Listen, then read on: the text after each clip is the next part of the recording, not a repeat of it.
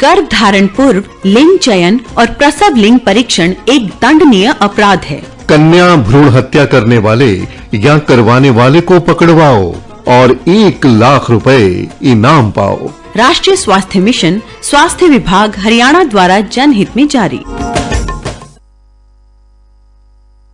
जवानी की रेल कहीं छूट न जाए। बड़े खुश लग रहे हो भैया। तनाव ना रहे तो जीवन का असली मजा आता है। जब से मैंने नसबंदी कराई है कोई डर ही नहीं रहा। पर मैंने सुना है कि नसबंदी के बाद कमजोरी हो जाती है। अरे सब बकवास है। मैं तो कहूँ कि ताकत और बढ़ जाती है, क्योंकि नसबंदी कराने के बाद गर्भ ठहरने का खतरा बिल्कुल नहीं रहता और तुम खुलकर आनंद ले सकते हो। इसमें वक्त और खर्च भी। अरे भैया, न चीर न फाड़ और आधे घंटे में छुट्टी।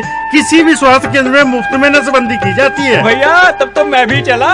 राष्ट्रीय स्वास्थ्य मिशन, स्वास्थ्य विभाग, हरियाणा द्वारा जनहित में जारी।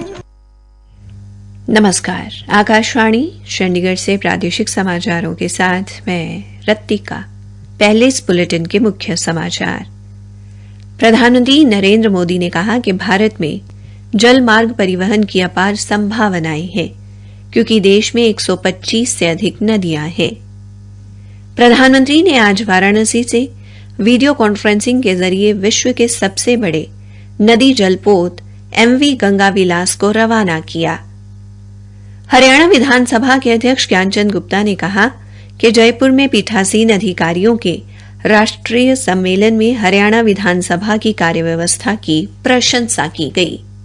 और आज देश भर में लोहड़ी का त्योहार हर्षोल्लास से मनाया जा रहा है। अब समाचार विस्तार से। प्रधानमंत्री नरेंद्र मोदी ने आज वाराणसी से वीडियो कॉन्फ्रेंसिंग के माध्यम से विश्व के सबसे बड़े रिवर क्रूज MV गंगा विलास को रवाना किया। उन्होंने 1000 करोड़ रुपए से अधिक की कई अन्य अंतर्देशीय जलमार्ग परियोजनाओं का उद्घाटन व शिलान्यास भी किया।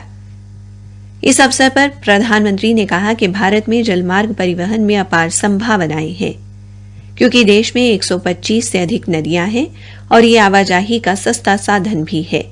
उन्होंने कहा कि सरकार द्वारा जलमार्ग क्षेत्र में किए जा रहे विकास कार्यों से परिवहन, व्यापार और पर्यटन को बढ़ावा मिलेगा। श्री मोदी ने कहा कि ये पूर्वी भाग को देश का विकास स्रोत बनाने में मदद करेगा। उन्होंने कहा कि ये देश में बुनियादी ढांचे में बदलाव का दशक है। प्रधानमंत्री ने कहा कि MV गंगा विलास की यात्रा कोई साधारण यात्रा नहीं, क्योंकि ये यात्रा देश की अंतर्देशीय जलमार्ग प्रणाली में विकास की एक मिसाल है। स्विट्जरलैंड के पर्यटकों के लिए एक शानदार यात्रा की कामना करते हुए श्री मोदी ने कहा कि भारत में वो सब कुछ है जिसकी कल्पना की जा सकती है और यहाँ किसी की कल्पना से परे भी कई चीजें हैं। उन्होंने कहा कि इस यात्रा से कई तरह के अनुभव होंगे। भारत के बढ़ते दबदबे की बात करते हुए प्रधानमंत्री ने कहा कि क्रूज पर्यटन और विरासत पर्यटन देश में ऐसे समय में शुरू हो रहा है जब भारत विश्व भर के पर्यटकों को आकर्षित कर रहा है।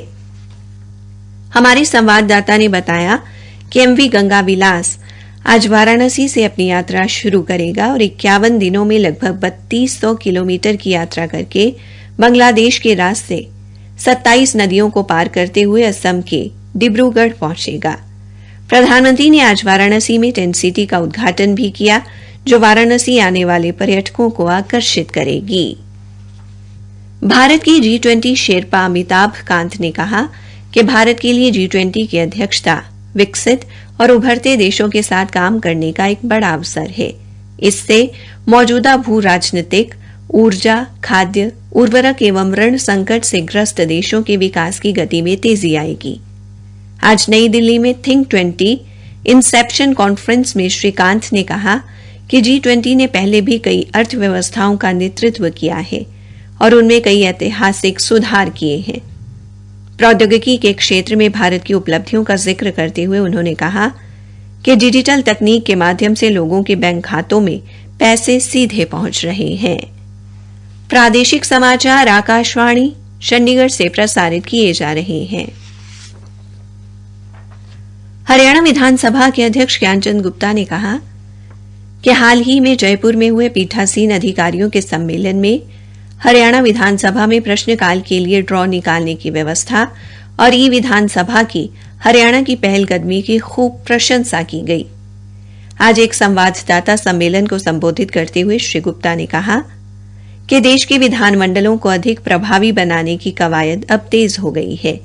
पीठासीन अधिकारियों के सम्मेलन में 9 महत्वपूर्ण प्रस्ताव भी पारित किए गए, जिनमें वित्तीय स्वायत्तता, कार्यपालिका और न्यायपालिका से शक्तियों का पृथक्करण जैसे विषय शामिल हैं। हरियाणा के मुख्यमंत्री मनोहर लाल ने कहा कि परिवार पहचान पत्र के माध्यम से जरूरतमंद लोगों को सरकार की योजनाओं से जोड़कर लाभान्वित किया जा रहा है। उन्होंने कहा कि 31 जनवरी तक परिवार पहचान पत्र से संबंधित सभी त्रुटियों को दूर करते हुए प्रभावी रूप से पात्र लोगों को सहयोग दिया जाएगा। मुख्यमंत्री फरीदाबाद में जिला लोक संपर्क एवं कष्ट निवारण समिति की बैठक की अध्यक्षता के बाद पत्रकारों से बात कर रहे थे। बैठक में 14 परिवाद रखे गए, जिनमें से अधिकांश परिवादों का मौके पर ही निपटान किया गया। आज देश भर में लोहड़ी का त्योहार हर्षोल्लास से मनाया जा रहा है। ये पर्व उत्तर भारत, विशेषकर पंजाब, हरियाणा, चंडीगढ़, हिमाचल प्रदेश, दिल्ली और जम्मू में मनाया जाता है। अंबाला छावनी तहसील में आज वकीलों ने हवन यज्ञ कर व भंडारा लगाकर लोहड़ी का त्योहार मनाया। पंजाबी फेडरेशन फरीदाबाद द्वारा भी यह त्योहार धूमधाम से मनाया गया। आयोजक श्रीमती शीतल तूथरा ने बताया कि इस दौरान उपस्थित लोगों को बेटी बचाओ अभियान के बारे में विस्तार से बताया गया और लड़कियों द्वारा सांस्कृतिक कार्यक्रम भी प्रस्तुत किया गया। उधर रोटरी क्लब फरीदाबाद और अन्य समाज सेवी संस्थाओं द्वारा ओमदीप वृद्धाश्रम में बुजुर्गों को ऊनी कपड़े, कंबल, फल और मिठाइयां भेंट की गई। लोहड़ी के पर्व पर पानीपत जिले की मीडिया सेंटर संचालन समिति द्वारा एक कार्यक्रम का आयोजन किया गया, जिसमें उपायुक्त सुशील सारवान और पुलिस अधीक्षक शशांक कुमार सावंत ने शिरकत की और सभी को इस पर्व की बधाई दी। कैथल अदालत परिसर में जिला बार एसोसिएशन द्वारा लोहड़ी का त्योहार पूरे उत्साह से मनाया गया। इस मौके पर जिला एवं सत्र न्यायाधीश नरेश कत्याल मुख्य अतिथि के तौर पर उपस्थित रहे। हरियाणा के उप मुख्यमंत्री दुष्यंत चौटाला ने अग्निशामक एवं आपातकालीन सेवाओं के अधिकारियों को निर्देश दिए हैं कि प्रदेश की सभी हवाई पट्टियों पर form tender fire fighting vehicles का प्रबंध किया जाए, ताकि हवाई जहाज उतरने के दौरान किसी भी संभावित आगजनी की घटना न हो। उन्होंने प्रदेश में विभागीय कर्मचारियों को समय समय पर प्रशिक्षित करने के लिए अग्निशामक एवं आपातकालीन सेवाओं का प्रशिक्षण केंद्र खोलने और नया डिप्लोमा शुरू करने की संभावनाओं को तलाशने के निर्देश दिए। श्री चौटाला चंडीगढ़ में अग्निशामक एवं आपातकालीन सेवाएं विभाग की समीक्षा बैठक की अध्यक्षता कर रहे थे। हरियाणा सरकार ने निर्णय लिया है कि हरियाणा कौशल रोजगार निगम के माध्यम से अनुबंध आधार पर रखे जाने वाले कर्मचारियों की मृत्यु के बाद उनके आश्रितों को सहानुभूति के आधार पर रखने के संबंध में ऐसे मामले प्रशासनिक विभागों द्वारा मुख्यमंत्री के अनुमोदन के बाद सीधे हरियाणा कौशल रोजगार निगम लिमिटेड को भेजे जाएंगे। इसके लिए मानव संसाधन विभाग की सहमति या स्वीकृति की जरूरत नहीं है।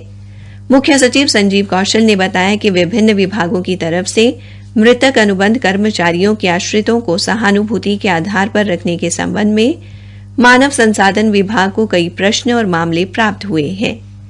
ऐसे मामलों पर सरकार ने विचार कर ये निर्णय लिया है। हरियाणा के सहकारिता मंत्री डॉ बनवारी लाल ने बताया कि आगामी 3 फरवरी को संत शिरोमणि गुरु रविदास जयंती के उपलक्ष्य में नरवाणा की नई अनाज मंडी स्थित मेला ग्राउंड में राज्य स्तरीय समरसता समारोह आयोजित किया जाएगा। सहकारिता मंत्री ने जींद में आयोजित पत्रकार वार्ता के दौरान ये जानकारी दी। अंत में मुख्य समाचार एक बार फिर। प्रधानमंत्री नरेंद्र मोदी ने कहा कि भारत में जलमार्ग परिवहन की अपार संभावनाएं हैं, क्योंकि देश में 125 से अधिक नदियां हैं। हरियाणा विधानसभा के अध्यक्ष ज्ञानचंद गुप्ता ने कहा कि जयपुर में पीठासीन अधिकारियों के राष्ट्रीय सम्मेलन में हरियाणा विधानसभा की कार्यव्यवस्था की प्रशंसा की गई। इसी के साथ प्रादेशिक समाचार समाप्त हुए। गर्भ धारण पूर्व लिंग चयन और प्रसव लिंग परीक्षण एक दंडनीय अपराध है। कन्या भ्रूण हत्या करने वाले या करवाने वाले को पकड़वाओ और 1 लाख रुपए इनाम पाओ। राष्ट्रीय स्वास्थ्य मिशन, स्वास्थ्य विभाग हरियाणा द्वारा जनहित में जारी।